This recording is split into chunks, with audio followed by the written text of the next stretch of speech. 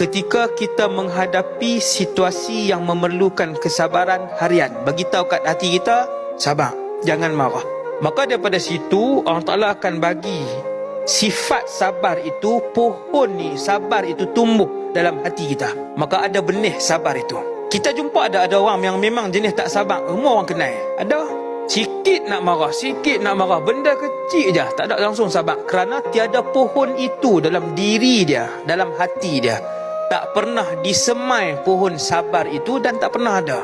Maka cara dia ialah bila menghadapi situasi yang memerlukan kesabaran, bagi tahu kat diri kita sabar. Bila kita bagi tahu sabar kan, kita akan tahan hati kita untuk tak marah, untuk tak keluar perkataan yang tak elok. Waktu tu Allah akan gantikan pohon tu. Kemudian dia membesar, dan akhirnya dia menjadi begitu banyak dalam diri kita. Kita akan perasan kita dah boleh mula sabar.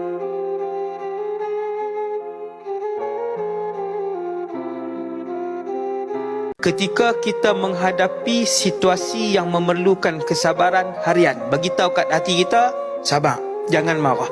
Maka daripada situ Allah Ta'ala akan bagi sifat sabar itu, pohon ni sabar itu tumbuh dalam hati kita. Maka ada benih sabar itu. Kita jumpa ada orang yang memang jenis tak sabar, semua orang kenal. Ada sikit nak marah, benda kecil je tak ada langsung sabar. Kerana tiada pohon itu dalam diri dia, dalam hati dia.